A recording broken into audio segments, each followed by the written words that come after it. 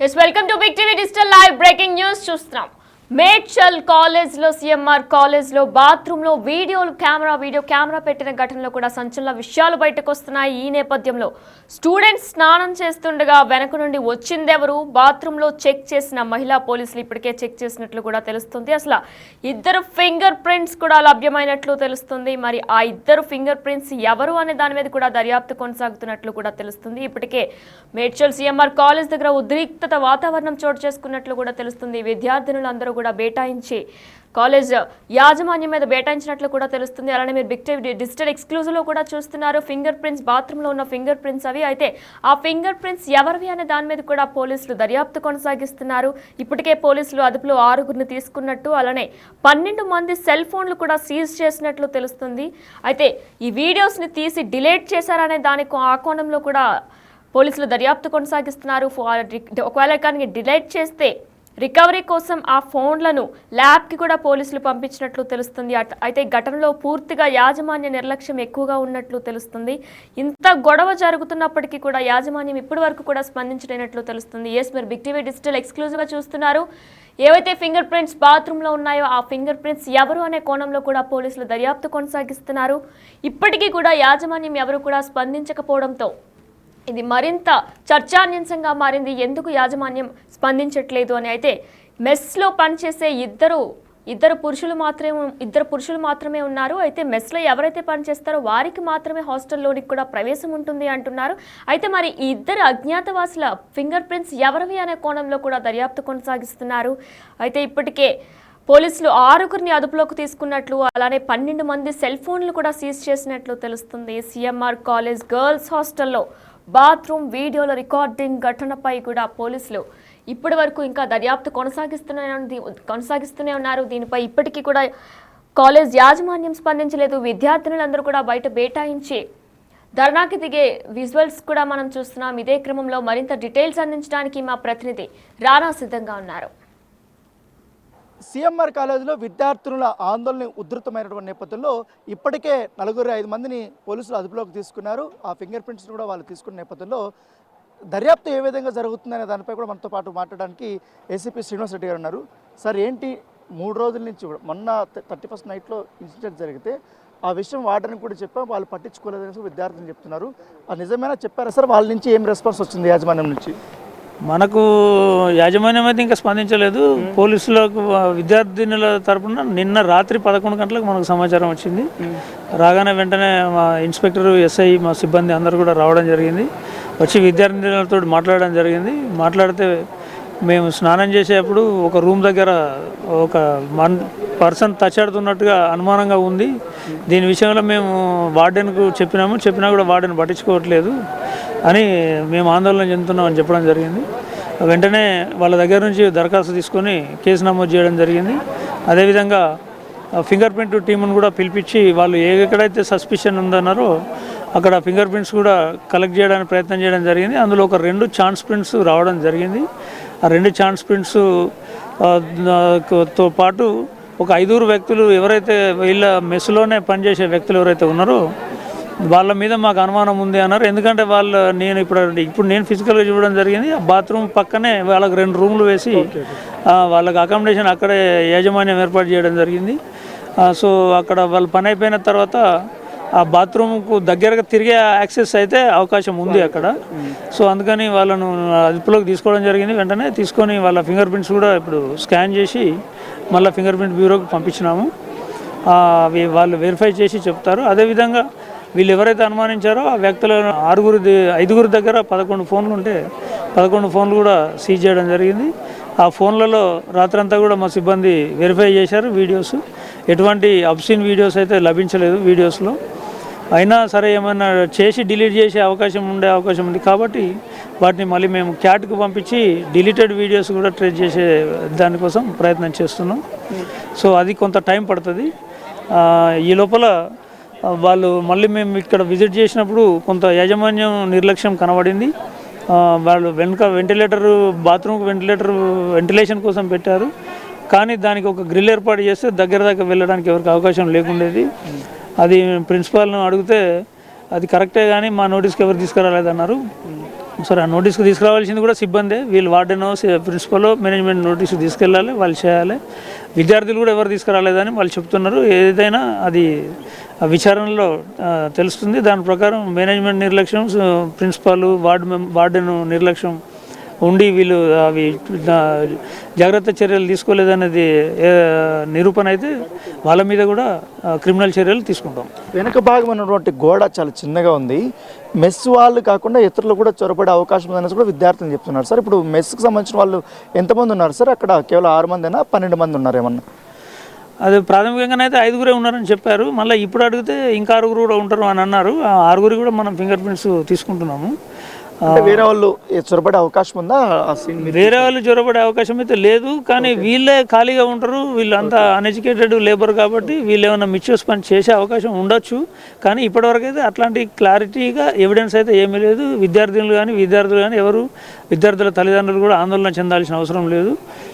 వాళ్ళ న్యూడ్ వీడియోలు బయటకు వస్తున్నాయని కొన్ని పుకార్లు వాట్సాప్లలో వస్తున్నాయి. 150 వీడియోలు 300 వీడియోలు అని వస్తున్నవి. మేము చెక్ చేసిన వరకు అయితే ఎక్కడ కూడా ఒక అబ్సిన్ వీడియో కూడా కనిపించలేదు. సార్ ఇప్పుడు పనిచేసే వాళ్ళందరూ కూడా అదర్ స్టేట్ వాళ్ళేనా లేకపోతే? అంతా కూడా అదర్ స్టేట్ వాళ్ళే. వీళ్ళు మెస్లో కుక్ చేస్తారు. గర్ల్స్ హాస్టల్ మెస్లో వీళ్ళు కుకింగ్ చేస్తారు. అది కూడా మేము ప్రిన్సిపాల్ వాళ్ళని అడగడం జరిగింది. మరి మీరు ఉమెన్ హాస్టల్లో మేల్ సిబ్బందిని ఎలా పెట్టారంటే వాళ్ళు ఓన్లీ కిచెన్ వరకే పరిమితం అవుతారు. కిచెన్లో పెద్ద పెద్ద భగోనాలు ఉంటాయి కాబట్టి అవి ఎత్తడానికి బలంగా ఉండాలి కాబట్టి దానికోసమే లోపల వాడుతున్నాం. మేము సప్లైకి మహిళలనే వాడతామని చెప్తున్నారు. అందులో కూడా ఏమన్నా సప్లైకి కూడా ఏమన్నా జెంట్స్ని వాడినట్టు విచారణ తేలితే దానికి సంబంధించి కూడా చర్యలు తీసుకుంటాం. ఈ విషయం ఇంత పెద్దదైపోయింది, సెన్సిటివ్ ఇష్యూను. మీరు ఏకంగా పోలీసుల రంగంలో దిగినా కూడా యాజమాన్యం మీకు కూడా నిర్లక్ష్య ధోరణిలో సమాధానం ఇవ్వడం కానీ దీని మీద విద్యార్థులతో మాట్లాడుకోవడం మీరు ఎట్లా చూస్తారు? యాజమాన్యం పైన కూడా ఏమైనా చర్యలు తీసుకునే అవకాశం ఉందా? తప్పకుండా తీసుకుంటాం. ఇది యాజమాన్యం నిర్లక్ష్యమే. నిన్నటి నుంచి పోలీసులు అంతా కూడా ఇక్కడే ఉంటున్నారు.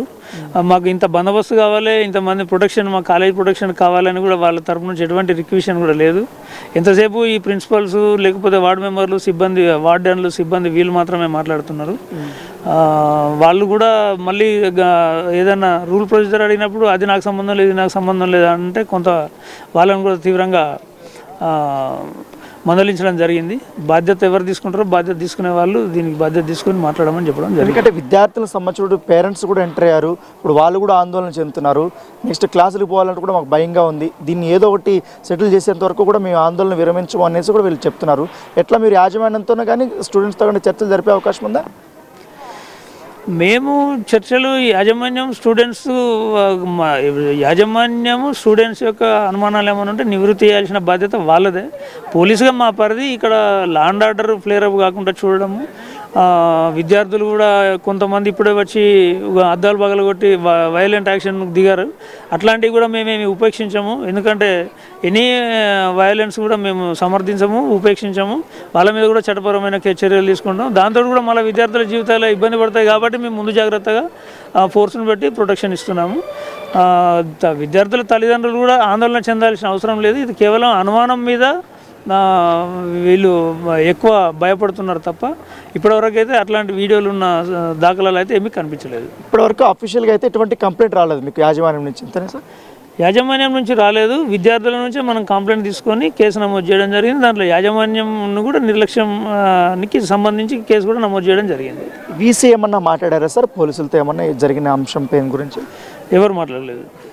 సో ఇప్పటి వరకు కూడా ఎటువంటి చాలా నిర్లక్ష్యంగానే యాజమాన్యం సమాధానం చెప్తుంది. ఇప్పటివరకు పోలీసులు కూడా చాలామంది కూడా అందుబాటులోకి రాలేదు. ఎందుకంటే విద్యార్థులు పక్క భయాందోళనకు గురవుతున్నారు. ఇప్పటికే అనుమానితులందరూ కూడా మేము అదుపులోకి తీసుకుంటున్నాం కాబట్టి ఇప్పటికే వాళ్ళకి సంబంధించిన ఫోన్లు కూడా మేము సీజ్ చేసాం. ఇప్పటివరకు ల్యాబ్కి కూడా పంపించాం కాబట్టి డిలీటెడ్ వీడియోస్ ఏవవుతున్నాయో ఆ వీడియోస్ని కూడా మేము రిట్రైవ్ చేయగలుగుతాం. దానివల్ల కూడా ఆ ఫింగర్ ప్రింట్స్ నుంచి ఇప్పుడు మనకి ఏదైతే ల్యాబ్కి పంపించామో అవన్నీ కూడా వచ్చిన తర్వాత ఖచ్చితంగా నిందితుడు అనేది దొరుకుతారని చెప్తున్నారు. అన్ని కోణాల్లో కూడా మేము విచారణ ఇస్తాం. అయితే మాకు యాజమాన్యం నుంచి వరకు కంప్లైంట్ కానీ అట్లాంటివి ఏమీ రాలేదు. కేవలం విద్యార్థుల నుంచి కూడా మాత్రమే మాకు కంప్లైంట్ ఇచ్చింది. ఆ కంప్లైంట్ బేస్ చేసుకొని ఇప్పుడు మేము దర్యాప్తు అయితే మేము కొనసాగిస్తున్నామని చెప్తున్నారు. ఇప్పటి వరకు కూడా సెక్యూరిటీ కానీ యాజమాన్యం నిర్లక్ష్యం అనేది చాలా స్పష్టంగా కనపడుతుందనేసి కూడా ఏసీపీ శ్రీనివాసరెడ్డి చెప్తున్నటువంటి పరిస్థితి. ఇది 31st రోజు తెలిసింది సార్. ఆ రోజు నైట్ డీజే పెట్టారు. లైక్ అందరం ఎంజాయ్ చేసాము. నైట్ 1 o'clockకి మా వాష్రూమ్కి వెళ్ళినప్పుడు అప్పుడు కెమెరా ఉంది తెలిసింది. నెక్స్ట్ డే వార్డెన్కి చెప్తే వాళ్ళు ఏమి పట్టించుకోలేదు, అవి అలానే వస్తాయి, సూసైడ్ చేసుకుంటారు, వాళ్ళు సూసైడ్ చేసుకుంటారు, వాళ్ళ లైఫ్ స్పాయిల్ అవుతుంది అంటే మా లైఫ్ స్పాయిల్ అవ్వదా? వీడియో రికార్డ్ చేసుకుంది మాది కదా, మాది స్పాయిల్ అవుతుంది కదా. లైక్ వాళ్ళు అట్లా బేస్లెస్ కమెంట్ చేసింది సార్. ఆ వెంటిలేటర్స్ దగ్గర నుంచి కూడా పెట్టారు అని అంటే ఆమె ఏమన్నదంటే వాళ్ళు చాక్లెట్ వేపర్స్ని బయటికి పడేసిరంట. ఎట్లా పడేస్తాం సార్? మాకు డస్ట్బిన్స్ లేవా పడేయడానికి? మేము చాక్లెట్ వేపర్స్ తిని వాష్రూమ్ దక్కి పైన వెంటిలేటర్లో పడేస్తామా సార్? ఇదేమన్నా ఉందా సార్ దీనికి? అట్లా బేస్లెస్ కమెంట్ చేసింది సార్ వార్డెన్ ఇన్ఛార్జ్. గ్రిల్స్ కానీ అట్లాంటివి ఏం లేదా? వాష్రూమ్ వెనకాల బ్యాక్ సైడ్ కానీ అట్లాంటి ఏం లేవు సార్, మొత్తం ఓపెన్ ఉంది సార్, మొత్తం మెష్ ఉంది. కొన్ని అయితే అసలు ఓపెన్గా ఉన్నాయి. మీకు ఎవరి మీద నా డౌట్ ఉండిందా ఎట్లమ్మా? ఆ మెస్లో సర్వ్ చేసే బాయ్స్ ఉన్నారు కదా సార్, వాళ్ళే ఉన్నారు అక్కడ. సో ఆబ్వియస్లీ వాళ్ళే 12 మెంబర్స్. వేరే వాళ్ళు బయట వాళ్ళు వచ్చి చూసారు, ఇటు బీహార్ సంబంధించిన వారు అంటున్నారు. వార్డెన్ కూడా ఉంది సార్, ఆమె ఏ తప్పు చేయలేదు. ఆమె ఇంతమందికి ఆన్సర్ చెప్తుంది, మరి ఆమె ఎందుకు ఎస్కేప్ అయింది? మార్నింగ్ అంత దొంగతనంగా మా చీకట్లో వెళ్ళాల్సినంత అవసరం ఏముంది ఆమెకి? మా పేరెంట్స్ బయట హాస్టల్స్లో పెట్టలేక కాదు కదా సార్, ఇక్కడ 1,13,500 కట్టించుకున్నారు వాళ్ళు. నెట్ క్యాష్ మొత్తం నెట్ క్యాష్, ఆన్లైన్ కూడా కాదు, మొత్తం నెట్ క్యాష్ కట్టించుకున్న తర్వాత ఎలో చేశారు మమ్మల్ని హాస్టల్లోకి. అయినా కూడా ఒక ప్రాపర్ ఫెసిలిటీ లేదు, ఏం లేదు. అంటే ఏంటమ్మా మీ డౌట్? చూసారనా లేకపోతే వీడియో రికార్డ్ చేశారు? రికార్డ్ చేశారు సార్. అవి ఎన్ని రోజుల నుంచి జరుగుతుందో అసలు ఏం జరుగుతుందో తెలియదు. మాకు కనిపించింది, మాకు దొరికింది ఆ రోజే.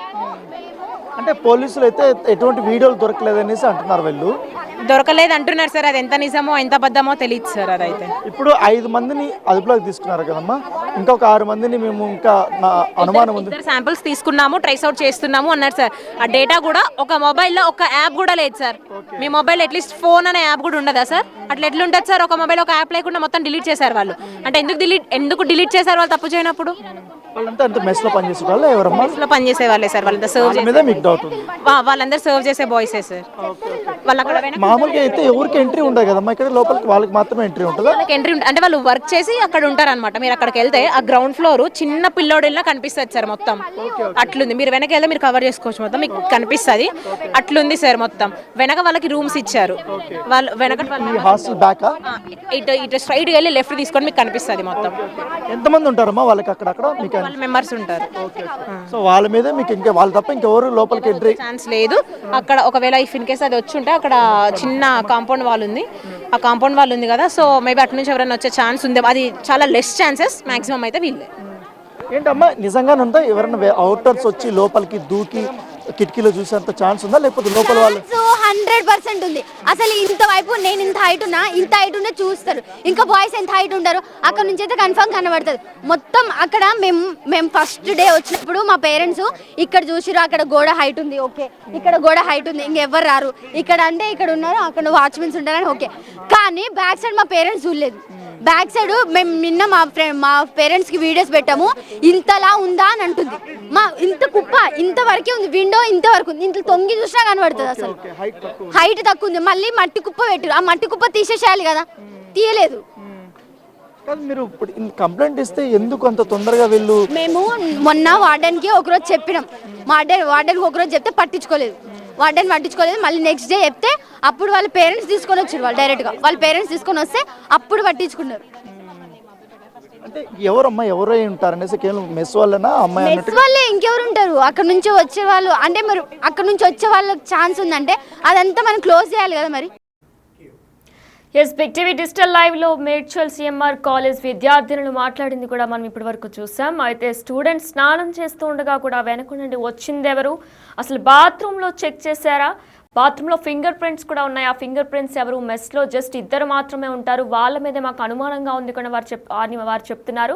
మరి దీనికి సంబంధించి పోలీసులు దర్యాప్తు కూడా కొనసాగిస్తున్నారు ఆ మెస్ వాళ్ళ మీద. అలానే ఇంకొక 6గురిని కూడా దర్యాప్తు కొనసాగిస్తున్నట్లు తెలుస్తుంది.